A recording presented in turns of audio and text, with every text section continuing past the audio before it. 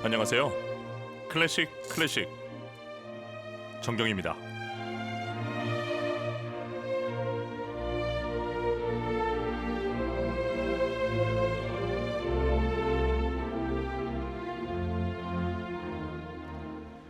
어제에 이어서 오늘도 11시 정각에 전국 중고등학교 영어 듣기 평가가 있습니다.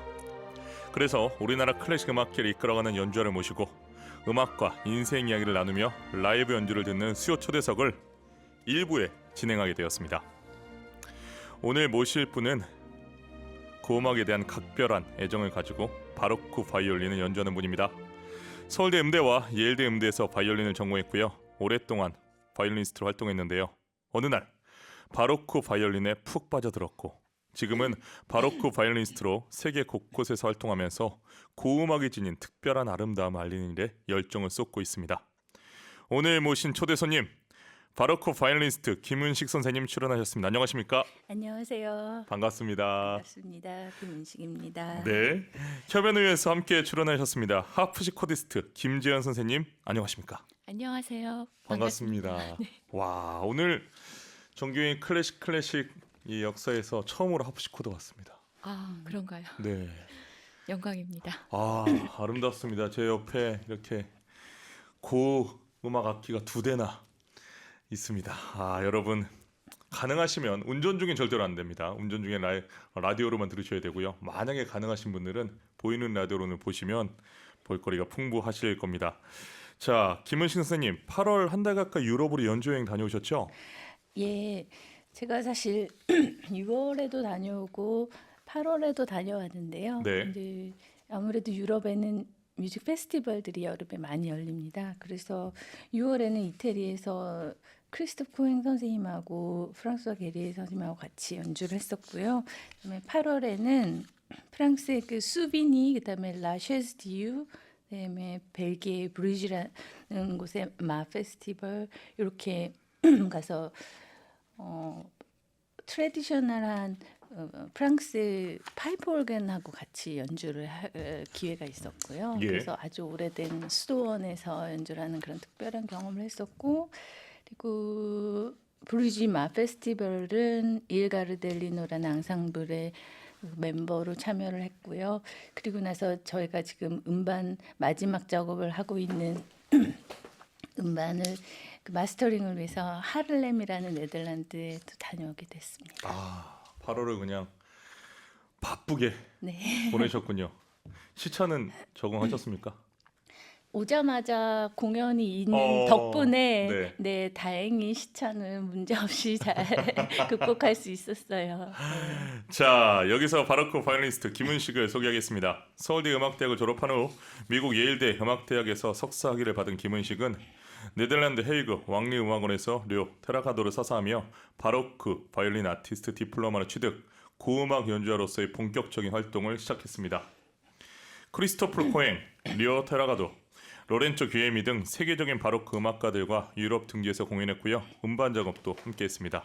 올해는 네덜란드 음반 레이블 챌린지 클래식스에서 스승 리오 데라카도와 음반을 발매했습니다. 이탈리아 오케스트라 바로카 피마, 일본 히비키 오케스트라, 코리안 심포니 등과 협연했고요. 2023년 예술의 전당 여름음악 축제에서는 비발디 사계 전곡을 협연했습니다. 올해는 벨기에 브류의 고음악 축제를 시작으로 네덜란드 위틀레이트 고음악 축제, 프랑스 본느 베토벤 축제, 이탈리아 우르비노 고음악 축제와 일본, 중국, 홍콩 초청으로 솔로와 앙상블 연주를 했습니다. 2017년에 설립한 울림과 퍼짐 대표로 있고요. 고음악 발전을 애쓰는 김은식은 알테무지크 서울 악장에 벨기에 일 가르데니노 등 주요 고음악 단체 멤버로 활동하면서 작년부터는 서초문화재단 서리풀 고음악 시리즈 음악 감독으로도 활약하고 있습니다. 자, 그리고 함께 출연해 주신 하프디코디스트 김재현 선생님은 춘천 국제 고음악제 예술감독을 역임했고요. 콘체르티노 안티노 음악 감독이면서 독일 바트 크로칭의 슐로스 고 건반악기 해설자와 연주자로 활동하고 있습니다. 오늘 정경의 클래식 수요 초대석에서는 바로크 바이올리니스트 김은식의 라이브 연주 듣고요. 클래식 음악 이야기와 살아온 이야기도 들어보겠습니다. 방송 들으시면서 방송 소감이나 응원 문자 많이 보내주세요. 문자 번호는 샵 1045, 짧은 문자 50원, 긴 문자는 100원의 정보 용료가 부과됩니다. 선생님 그 마이크를 조금만 가까이 해주시면 그 음성을 우리가 좀 더 잘 들을 수 있을 것 같습니다. 고맙습니다. 자, 바이올린과 바로크 바이올린은 거의 비슷해 보이지만 큰 차이가 있다고 들었습니다. 어떻게 차이가 있을까요? 네, 저희는 요즘에 사실 시대 악기라는 표현을 많이 씁니다. 바로크 악기라고 하면 네. 바로크 시대만을 이제 지정해서 하실 수 있는 오해가 있기 때문에 그래서 시대 악기 그리고 이제 모던 인스트루먼트, 모던 악기 이렇게 구분을 해서 이야기를 많이 하는데요. 네. 제가 오늘 들려드릴 그 바로크 바이올린, 히스토리칼 바이올린은 그 소리가 굉장히 부드럽고 따뜻하고 이제 소박한 그런 특징을 가지고 있는데 그 이유는 아까 보여드렸는데 그 양의 창자로 만든 거트현을 저희는 사용을 하고 있어요. 와. 그래서 모던 바이올린 같은 경우에는 이제 금속 소재를 가지고 많이 사용을 하게 되었고 예. 원래는 사실 그 양의 창자나 소의 창자를 이제 말려서 사용을 했었는데 아무래도 온습도 같은 변화에 민감하고 그러다 보니까 또 소리 이제 음량도 좀 작고 그래서 이제 큰 홀에서 공연을 하기 시작하고 많은 관객들을 위해서 이제 공연을 자주 하다 보니까 그렇게 해서 악기가 개량이 돼서 이제 금속 선도 쓰게 되고 또 이제 큰 소리를 낼 수 있는 여러 가지 장치들이 개발이 됐거든요. 네. 어깨 받침도 그렇고 이제 지판도 길어지고 여러 가지 그리고 좀 안정적인 소리가 나고 또 활도 균일하게 나기 위해서 이제 모던 활은 좀 안쪽이 이렇게 구부러져 있어요. 그래서 활 저 위부터 아래까지 모두 소리 균일하게 나는 게 그 활의 목적이라면 예. 저희 바로크 활 같은 경우에는 중간 이후부터는 거의 소리가 나지 않아요. 아. 네, 그래서 굉장히 공명이나 배음을 많이 이용해서 이제 소리를 내기 때문에 굉장히 자유롭고 좀 인간의 목소리에 가깝긴 하지만 그런 음량이라든지 그리고 그 상황이나 온습도나 그런 거에 따라서 조금 유동적이라는 부분에 있어서 연주자들한테는 좀 스트레스가 될 수 있죠. 아, 그렇군요. 예. 그 거트현이 참 흥미로운데요. 네. 그러면 그 직접 꼬아서 사용하시고 잘라서 네, 사용하실 맞습니다. 와. 꽂이는 그러니까 꼬아서 줄을 이렇게 길게 만들어 놓으면 네. 그거를 저희가 직접 잘라서 이제 매듭 같은 것도 손으로 직접 만들고 그러니까 뭐 정말 간의 수공업이라고 할 수 있어요. 매력적입니다. 매력적입니다, 예. 정말. 그러면 어느 정도 사용하나요? 한번 줄을 하게 되면. 사실 제가 모던 바이올린 줄은 중요한 연주가 있을 때마다 바꿨는데 예. 바로크 줄은 끊어질 때까지 씁니다. 그러면 더 오래 쓰나요? 네, 훨씬 오래 쓰는데요. 예. 근데 이게 아무래도 손으로 만들고 그리고 이제 균일하게 그 퀄리티가 보장이 잘 안 되기 때문에 불량품들이 좀 종종 섞여 있어요. 아. 그럴 때는 그래서 이렇게 잔털 같은 게 막 일어나고 해서 예. 소리에 방해가 되고 그럴 때가 있거나 아니면 온습도에 약해서 악기 케이스를 열어봤는데 줄이 끊어져 있다든지 그런 경우는 좀 빈번하게 여름에 발생하는 것 같아요. 그렇군요. 네. 모던 바이올린 줄보다 네. 더 수명이 길다는 건 참 놀랍습니다. 그렇죠. 예. 네. 아, 이게 마치 우리가 구두를 살 때 네. 공정에서 찍어내는 구두보다 수제가 오래 가는 것처럼. 그렇게 해석할 수도 있겠네요. 예, 제가 이상한 얘기를 한 것 같습니다. 자, 현대 바이올린도 오래 연주를 하셨는데 네. 악기 자체도 다르고 연주법도 다른 바로크 바이올린에 빠져들게 된 계기가 있을까요? 네. 사실 제가 그때 연세대학교에서 실내악을 가르치고 있을 때였는데 네. 료 테라카도라는 바이올리니스트의 음반을 듣게 됐어요. 근데 그 전부터 사실 고음악을 너무 좋아해서 안너 빌스마라는 첼리스트의 음반을 아침에 일어나서 그분의 비발디 소나타를 듣는 게 제 오랜 아주 리추얼이었거든요. 네. 근데 바로크 바이올린에 대해서는 그런 음반을 들어본 적도 없고 공연을 가도 조금 저한테 와닿는 공연은 그때까지 만나보지 못한 것 같은데 그 료 타라카도 선생님께서 마침 또 그 제가 음반을 들었을 무렵에 연세대학교에 마스터 클래스를 하러 오시더라고요. 네. 그래서 제가 무조건 전화 좀 만나봐야 되겠다. 그렇게 해서 찾아뵀죠. 그리고 만나 뵙고 제가 조금 연주를 해보고 선생님께 코멘트를 들은 다음에 죽기 전에 이분한테 배워야 되겠다. 그런 결심을 하게 됐습니다. 와. 그 생각을 하신 다음에 바로 직진하셨군요. 네, 만나야겠다. 네, 이제는 배워야겠다. 네. 그냥 와. 이 길은 안 가보면 후회할 것 같다는 게 너무 강하게 그때 아직도 기억해요. 그 시간을. 자, 우리 음악을 전공하는 우리 예술가 지원생들 참고하시기 바랍니다. 이렇게 도전하셔야 됩니다. 자, 이번 달에 김은식 바로크 바이올린 독주회가 있죠. 예. 자, 완벽한 홍보 타이밍을 드리겠습니다. 스타트. 아니 사실 네. 뭐 독주회도 독주회지만 네. 9월에는 굉장히 음악가들이 바쁜 달이에요. 네. 그래서 저도 마찬가지로 공연이 많은데 일단 9월 19일 날 그 최인아 책방 선능점에서 네. 이제 굉장히 재미있게 오르간과 비올로네라는 커다란 이제 콘트라베이스와 비슷한 바로크 악기가 있어요. 예, 문정현 선생님. 네네. 예, 그렇게- 나오셨습니다. 네.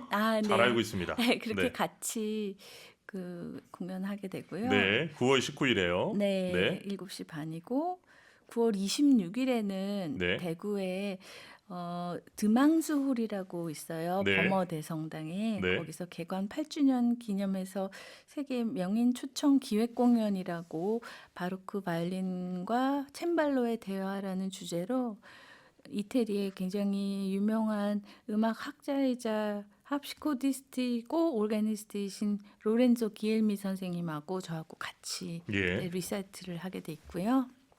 그리고 9월 30일에는 바로 말씀하셨던 저희 독주회가 같은 로렌조 선생님하고 같이 IBK에서 7시 반에 하게 되고요. 네. 그리고 10월 2일에는 마포아트 홀에서 이제 M 클래식 축제라고 해서 바하의 음악의 헌정 전곡을 들려드리게 돼요. 근데 제가 지금 활동하고 있는 벨기에 일 가르델리로나라는 단체가 있는데 거기에서 트라베르스 하시는 얀드비네 선생님, 그리고 바이올린은 저, 그리고 첼로에는 일본인인 코지 타카하시, 그리고 합시코드는 아까 말씀드린 로렌조 기엘미 선생님이 마포 아트센터 플레이맥에서 음악의 한정 전곡을 들려드릴 예정입니다. 너무 바쁩니다. 이 로렌조 기엘미 선생님은 오셔서 우리 김은식 선생님하고 열심히 연주하시네요. 글쎄 말이에요. 오래전에 한번 그 내한하셨었는데 그때 네. 참 인상이 좋으셨다고 많이 기대하고 계십니다. 대단합니다. 자, 여러분 지금 다 말씀해 주셨는데요. 그 지역이 가까운 분들은 꼭 가셔서 보시면 좋을 것 같습니다. 오늘 바로크 바이올린을 만나시고 직접 공연장에서 보시면 또 느낌이 다르실 겁니다. 자, 독주에서는 어떤 작품 연주하십니까? 네, 독주에서는 아무래도 길미 선생님께서 이태리 분이시다 보니까 네. 얼리 이탈리안, 그러니까 한국에서는 그렇게 많이 연주되지는 않는데 그 16세기, 17세기 초반까지의 그 이탈리아 음악을 정말 제대로 해석해서 보여드리고 싶은 마음에 얼리 이탈리안하고 그리고 이제 바하 이렇게 두 축으로 제가 준비를 했고요. 그래서 얼리 이탈리안 작곡가로는 우첼리니, 오늘 조금 이따 들려드릴 거지만요. 예. 우첼리니, 그다음에 판돌피 미엘리, 그다음에 슈멜처 이렇게 들려드릴 예정이고, 그다음에 바흐는 역시 이번에는 요한 세바스찬 바흐의 작품들로 준비를 했고요. 사실 많이 부담이 되지만 네, 샤쿤느도 무반주 바이올린 샤쿤느도 들려드릴 예정입니다. 와, 아주 담담하게 지금 이 긴장되는 연주자로서 연주자의 긴장되는 마음이 고스란히 느껴졌습니다. 더 멋집니다. 자, 그럼 여기서 음악을 한 곡 듣고 나서 이야기를 이어가도록 하겠습니다. 첫 번째로 들려주실 곡 어떤 곡이죠? 네, 요한 세바스찬 바의 바이올린과 콘티누를 위한 소나타 G장조 바 작품 번호 1021번 아다지오와 비바체 두 악장 들려드리겠습니다. 네, 준비하실 동안 제가 곡 소개를 좀 더 해드리도록 하겠습니다. 바흐의 바이올린과 콘티누르얀 소나타 G장조 바하 작품으로 1021은 1730년대 라이프치히 시절에 작곡된 것으로 추정되는 작품입니다. 전통적인 소나타다 기에자 교회 소나타 형식으로 작곡됐고요. 느림, 빠름 구조의 4악장으로 구성되어 있습니다. 그 중에서 오늘은 바이올린이 자유롭게 선율을 펼치면서 명상적인 분위기를 이끌어내는 1악장 아다지오와 바이올린 현을 2개 이상 동시에 연주하는 중음 기법으로 짧고 경쾌하면서 춤추듯 우아한 리듬을 연주하는 2악장 비바체를 들려드리겠습니다. 정현이님, 김은식님, 김재현님 모두 반갑습니다. 바로크 바이올린에 맞춰 반주도 피아노가 아닌 하프시코드라니 오늘 라이브 너무 기대가 됩니다. 네, 여러분 기대해 주십시오. 저도 심장이 쿵쾅거립니다. 준비되었습니까? 네, 고맙습니다. 바흐 바이올린과 콘티누르얀 소나타 G장조 바하 작품으로 1021 아다지오 비바체를 바로크 바이올리니스트 김은식과 하프시코디스트 김재현이 연주합니다.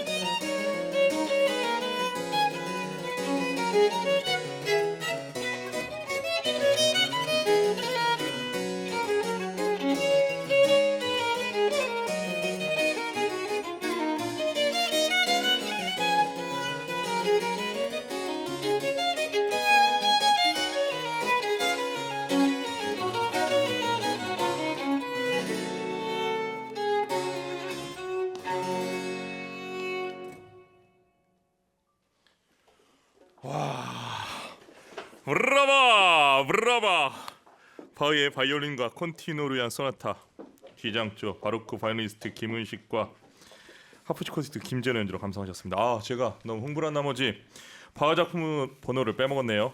바흐 작품으로 1021 아다지오 비바체입니다. 와, 이선영님 브라바 멋져요 멋져요. 홍인유키님 브라바 아침부터 공연장이네요. 가을 분위기가 품씬 풍겨요. 저 하프시코디스트를 들고 오셨다니 감사하네요. 김소영님 와 브라바 보이는 라디오 켰습니다. 너무 좋네요. 김인서님 하프시코드의 여린 소리에 바이올린이 더욱 선명하게 들리네요. 정말 아름답습니다. 보내주셨습니다. 김전세님 제가 연주를 들으면서 물론 저는 하프시코드를 많이 듣지는 못했지만 고음악을 좋아하는 사람으로서 오늘 평소보다 뭔가 더 부드러운 느낌이 나는데 제가 이상한 건가요? 아닙니다. 맞게 보셨는데요. 네. 저 악기는 프랑스식 악기이기 때문입니다. 그 당시에는 독일, 프랑스 그리고 영국, 이탈리아 이렇게 여러 군데에서 이 악기를 만들었는데 프랑스는 약간 마을과 비슷하게 부드러운 음색을 내는 그런 악기입니다. 그렇습니까? 네. 그럼 좀 강한 음색을 내는 악기는 어느 쪽인가요? 이탈리아라고 이탈리아. 할 수 있죠. 네. 그게 비교가 되는군요. 네. 저는 질문하면서 제 무식함이 드러날까봐 걱정을 했는데 이렇게 친절하게 설명해 주셔서 고맙습니다. 오늘 또 에피소드가 하나 있었던 게 아까 이제 연주 전에 먼저 저희가 이제 좀 리허설을 하는데 현이 하나 끊어졌죠. 네, 여기 예. 보이시는 저음현이 끊어지는 지금 들고 계십니다. 지금 현을 여러분 저음현이 끊어졌습니다. 이 현은 어떤 재질이죠? 이현 밑에는 동선이고요. 네. 위에는 철로 되어 있는데요. 네, 그 밑에 동선이 이제 습도가 좀 많다 보니까 오늘 아침에 네. 조율하다가 탕 하고 끊어진 거죠. 네. 저희 어제 리허설 때도 맞습니다. 어제 리허설 때 선생님 끊어졌습니까? 연습실에서 끊어졌었어요. 네. 예, 그 유지비가 많이 드는 악기군요. 그렇게 많이 끊어지지는 않는데요. 이게 여름철 환절기 네. 때 많이 끊어지는 것 같아요. 온도에 민감하군요. 온도보단 습도. 습도. 네, 저희 그렇군요. 악기들이 네. 참 그 부분이 어려워요. 그래서 조율도 좀 자주 하게 되고 네. 네. 그런 부분은 양해를 부탁드려야 될 것 같습니다. 그렇군요. 지금 또 이 기타를 하나 가지고 오셨습니다. 이거 네. 용도가 뭔지 물어봐도 될까요? 옛날에는 그러니까 챔발로 같은 경우 피아노와 다르게 피아노는 이렇게 한마로 두들겨서 이렇게 소리가 나는 조음 장치가 있잖아요. 예. 이제 챔발로 같은 경우에는 하프나 기타처럼 이렇게 뜯어서 네. 나는 장치입니다. 그래서 그 뜯는 플렉트룸을 요즘에는 플라스틱으로 사용하는데 바로크 시대 때는 이런 매나 아니면 독수리에 깃털로 사용을 했어요. 그래서 여기 끝에 보이시는 이 부분을 제가 깎아서 여기 깎아서 네. 이렇게 요걸로 현을 이렇게 뜯는다고 생각하시면 될 것 같습니다. 네. 네, 그래서 혹시 만약에 부러지면 쓰려고 가지고 왔습니다. 신기합니다. 그럼 독수리인가요, 매인가요? 얘는 매로 있습니다. 지금 말씀하신 약간 확신이 없었거든요. 잘 알겠습니다. 김윤식 선생님, 네. 첫 라이브 연주곡으로 바흐의 곡을 연주해 주셨는데요. 너무나 아름답습니다. 감사합니다. 이렇게 바로 옆에서 들을 수 있어서 기분이 이상했습니다. 어떠셨어요, 연주는?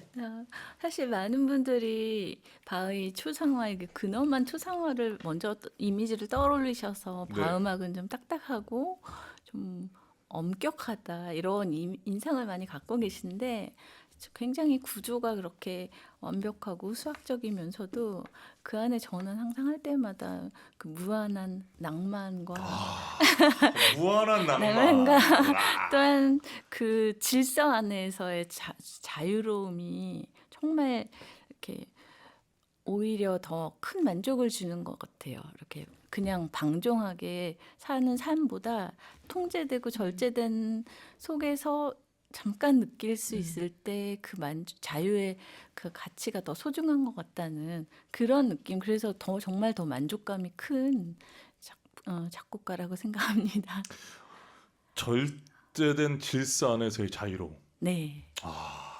우리 클래식의 어떻게 보면 목표 아닙니까?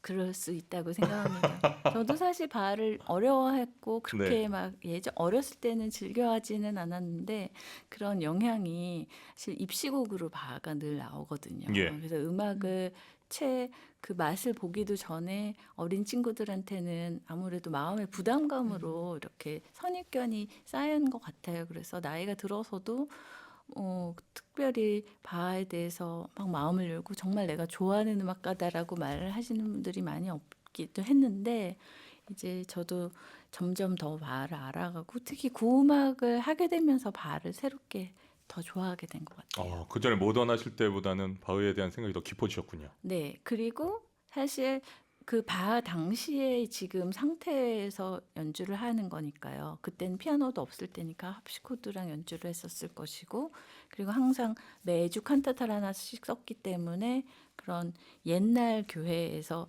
항상 그 음향이 귀에 있었을 거 아니에요. 우리가 생각하는 그런 공연장이 아니고 그런 곳에서 거기에 맞는 악기를 연주하다 보니까 바하가 생각하고 있었던 음색이나 타이밍이나 표현법은 이런 거였구나. 그런 거를 많이 새롭게 알게 돼서 늘 굉장히 신선한 것 같아요, 저한테는. 그렇군요. 근데 오늘 저는 두 분 연주를 보면서 좀 놀랐던 게 호흡이 뭐 서로 쳐다보지 않으셔도 정말 탁탁탁탁탁 맞는 것 같아서 연주를 자주 하셨나요? 네. 저 같은 경우에는 지금 알테무직 서울 활동을 하면서 예. 김은식 선생님하고 자주 무대에 섰는데요. 예. 지금 선생님께서 말씀하신 대로 그러니까 선생님의 연주는 약간 그 그러니까 즉흥 연주가 바로크 음악에서 굉장히 중요해요. 재즈처럼. 네. 그래서 저희가 곡을 항상 리피트를 하는데 그 리피트를 할 때 연주자는 거기에 꾸밈음도 넣고 또 화려한 멜로디도 첨가를 해야 되는데 그 연주자 본인에게서 나와야 되는 거거든요. 근데 선생님의 연주는 매번 들을 때마다 달라요. 무대에서 또 다르시고 아까 전에 또 다르게 하셨더라고요. 힘든 스타일이군요. 아닙니다. 그렇게도 굉장히 네. 설레요.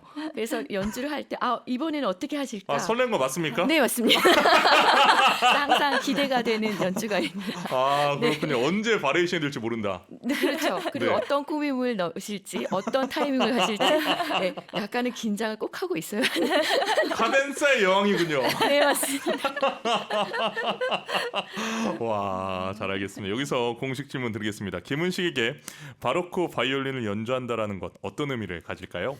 저 김재현 선생님하고 짠 거 정말 아닌데 자, 미리 보험 들고 계십니다. 네, 말씀하십시오. 아니 제가 이 질문을 받고 생각을 해서 저에게 바로크 바이올린의 연주는 설레임이다라고 적어놨거든요. 네, 왜 설레냐면 네. 사실 저한테는 이렇게 김재현 선생님과 같은 많은 음악가들을 새롭게 만날 수 있는 그런 매개가 되어줬거든요. 그런 만남들이 늘 새롭고 또 저는 아까 말씀드린 것처럼 바하를 이렇게 새롭게 내가 만나게 됐다고 이 사람이 바로 내가 알던 바하란 말이야. 이런 것도 너무 새롭고요. 사실 독주회가 부담이 뭐 될 수도 있죠. 되는 게 심리적으로 부담이 되겠지만 볼 때마다 새로운 게 나오고 자꾸 새로운 걸 찾게 되는 그게 너무 설레이는 거예요. 오늘은 또 어떤 음악을 이 사람이 나한테 들려주지? 뭐 이러한 설레임 그리고 또 굉장히 작곡가가 많아요. 사실 모던 연주자들의 딜레마 중 하나가 독주 프로그램을 정해야 되는데 너무 했던 곡을 또 해야 되는 이런 게 어려우신 분들이 많이 있으신데 저도 그랬고 그런데 정말 모르던 저도 처음 들어보던 작곡가들도 아직 많거든요. 그분들의 예. 작품도 많고 그리고 그런 부분에 있어서 그런 새로운 작곡가들을 만나는 것도 너무 새롭고 그리고 이런 약간 자연과 가까워지는 느낌이니까 겉을 만날 때마다 이번 줄은 어떨까 이 습도나 이런 공간에 오늘 오면서도 이 스튜디오의 울림은 어떨까 이 바로크 바이올린이 얘가 어떻게 반응할까? 사실 저는 소리를 낸다고 하지 않고 반응한다고 하는데 왜냐하면 바로크 바이올린은 이렇게 잘하려고 누르거나 할수록 소리가 이렇게 뒤집혀요. 그리고 그렇군요. 아까 말씀드린 것처럼 균일하게 소리를 내기 위해서 개량이 된 악기가 아니기 때문에 있는 그대로를 받아들이는 연습을 굉장히 많이 해야 돼요. 내려놓는 연습을. 그래서 그럴 때마다 이제 그래서 환경을 받아들이고 또 사람을 받아들이고 뭐 이러한 것들에 대해서 처음에는 스트레스도 있었는데 지금은 오히려 설레임으로 네. 너무 근사합니다. 이 설레임이 이 악기를 통해서 새로운 연주자를 만나는 설레임. 그리고 또 이 연주를 하는 그 공간이 어떤 공간일까? 그 설레임. 그리고 자연과의 가까워지는 설레임. 네. 세 개 맞습니까? 새로운 작곡가 새로운 작곡가 제가 빼먹었군요. 예, 저는 또 오늘 감동을 받은 게 소리를 내는 것이 아니라 반응한다. 예. 제가 아는 어떤 첼리스트는 소리가 내는 것이 아니라 나는 것이라고 해서 제가 또 배웠었는데, 야, 오늘 아주 음악사 시간입니다.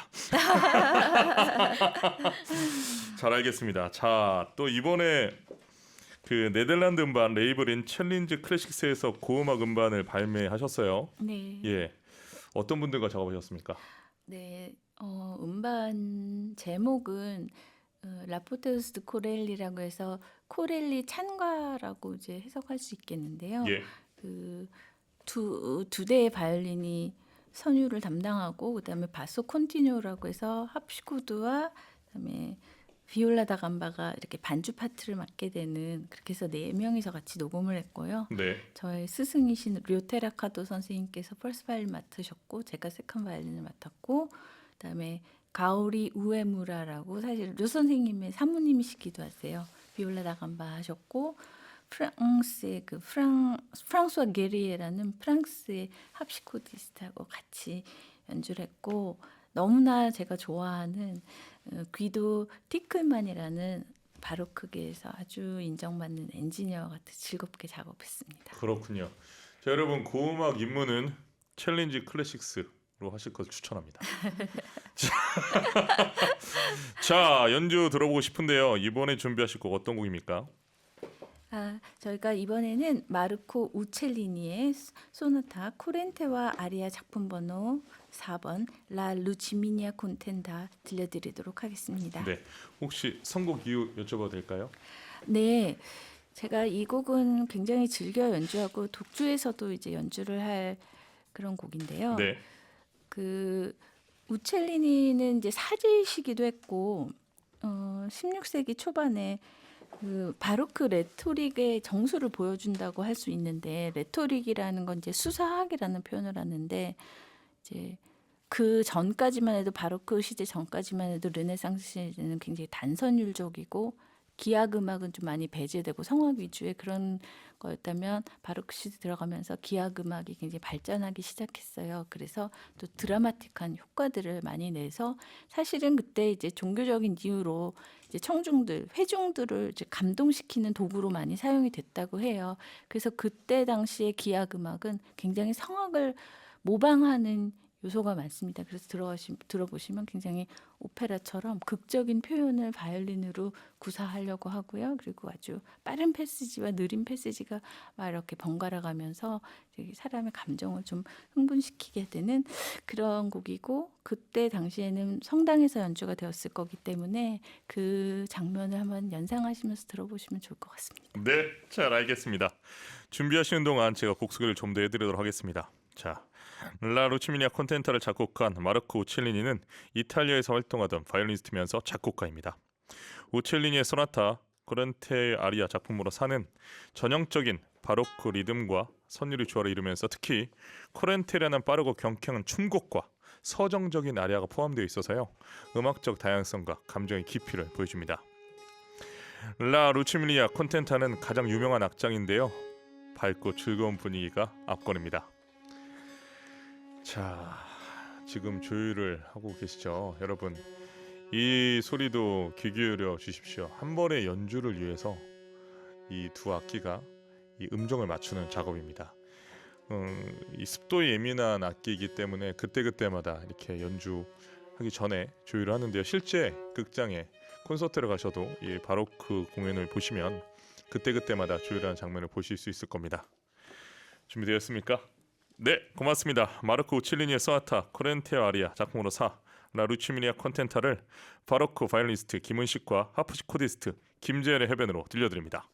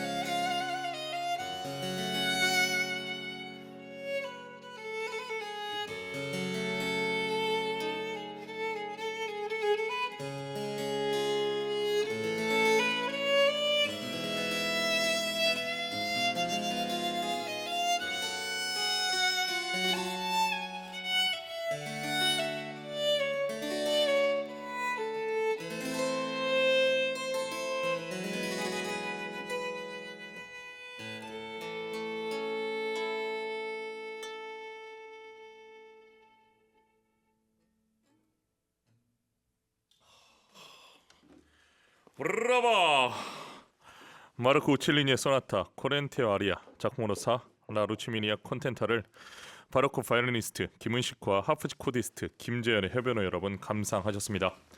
오늘 정경의 클래식 수요 초대석 바로크 바이올리니스트 김은식과 함께하고 있습니다. 선생님, 한국에서도 고음악 음반 발매 계획이 혹시 있으신가요? 아직까지는 국내에서는 네, 계획은 없지만 네. 네, 그런 기회가 오기를 기다리고 있습니다. 오늘 이제 청취하신 분들, 시청자분들이 기다리고 있을 것 같습니다. 꼭 부탁드립니다. 감사합니다. 네. 자, 유럽에서 열린 저명한 고음악 축제 아까 말씀해 주신 대로 많이 참여하셨는데요. 혹시 기억에 남는 축제가 있을까요? 아무래도 저 학교 마치고 헤이그 왕립음악원 졸업하고 처음으로 참여한 이제 페스티벌이 이탈리아 우르비노 그 고음악 축제였는데요. 네, 굉장히 역사가 오래되고 규모가 큰 데인데 영광스럽게도 네, 협연자 오디션에서 우승을 해서 그때 협연을 했는데 그 15세기 르네상스 궁전이었어요. 팔라조 두칼레라는 곳인데 너무나 아름다운 곳에서 그때 막 걱정도 되고 미래에 대해서 걱정도 되고 자신도 없고 할 때 그런 기회가 생겨서 그때 저한테는 굉장히 내가 바로크로 할 수 있겠구나 그런 계기가 됐던 공연이어서 기억이 남습니다. 네. 그 나중에 여행을 갔을 때 네. 이 고음악 축제는 가면 좋겠다 하는 거 추천해 주세요. 사실 이번에 라쉐스 디유라고 네. 프랑스 리옹에서 멀지 않은 곳인데 예. 거기 수도원에서 공연을 했어요. 오. 근데 정말 관광지로도 유명하고 네. 뮤직 페스티벌로도 너무 유명하고 저는 올간 페스티벌에 초청을 받아서 이제 옛날 프랑스 파이프 오르간하고 같이 공연을 한 거거든요. 예. 보통 파이프 오르간은 이제 독주로 많이 하는데 이번에는 테마를 좀 바꿔서 다른 악기들하고도 같이 하는 그런 이제 시리즈로 기획을 했던 것 같아요. 그래서 초청받아서 연주를 했는데 네. 너무 아름답고 일단 건축물이 너무 아름답고 그리고 굉장히 기도했던 곳이어서 그런지 굉장히 영적인 느낌이 많이 들어요. 연주를 하면서도 제 자신이 이렇게 굉장히 영이 맑아지는 느낌이 많이 들었습니다. 매년 몇 월이죠? 8월 네. 8월이요. 네, 예. 8월에 하는 거죠. 그러면 미리 이제 8월에 프랑스로 여행하시는 분들은 네, 꼭 기억하셨다가 추천드립니다. 예, 네. 추천해 주셨습니다. 다시 한번 명확하게 그 명칭 좀 말씀해 주십시오. 네, 라쉐즈 디유의 올겐 페스티벌, 네 그리고 클래식 페스티벌 두 개가 있는데요. 네. 저는 올겐 페스티벌을 더 추천을 드리는 게 거기에 있는 올겐이 프랑스에서도 몇 대 안 되는 굉장히 유서 깊은 파이프 올겐이거든요. 예, 예. 그 소리를 들으시고 공연을 들으실 수 있으니까 네 확인하시고 날짜 확인하시고 다녀오시면 좋겠습니다. 와, 고맙습니다. 자, 지금 서초문화재단 서리풀 고음악 시리즈 음악 감독으로 활동하고 계신데요. 이 고음악 아직 솔직히 많은 분들이 모르시는 분들이 좀 있습니다. 이 고음악에 대해서 어떻게 접근하면 좋을지 아주 좋은 기회를 맡으신 것 같은데 네. 중요하게 생각하는 공연이나 이 목표 방향성 있으신 말씀해 주시면 좋을 것 같습니다. 네, 서리풀 고음악 시리즈는 이제 올해 처음 3월에는 올가 파신코라는 포르테피아노로 굉장히 지금 세계적으로 주가를 드러내고 있는 연주자하고 같이 연주를 했었고요. 네, 그리고 10월 25일에 사실 저는 현존하는 최고의 바이올리니스트라고 생각해요. 료 테라카도 저희 스승이시기도 했고 네, 저한테 그런 확신을 주신 분이기 때문에 추천을 안 할 수가 없는데 분께서 내한하셔서 프랑스의 두 천재 음악가라는 제목으로 르클레어와 쿠프랑의 작품을 위주로 연주를 하시는데요. 네. 료 선생님의 연주는 저한테는 이렇게 산사의 새벽 같은 그런 소리예요. 산사의 새벽. 그래서 제가 사실 굉장히 정신적으로 힘들었었던 시기를 그분 지금 생각하면 사실 우울증이었던 것 같아요. 굉장히 그게 좀 깊었거든요.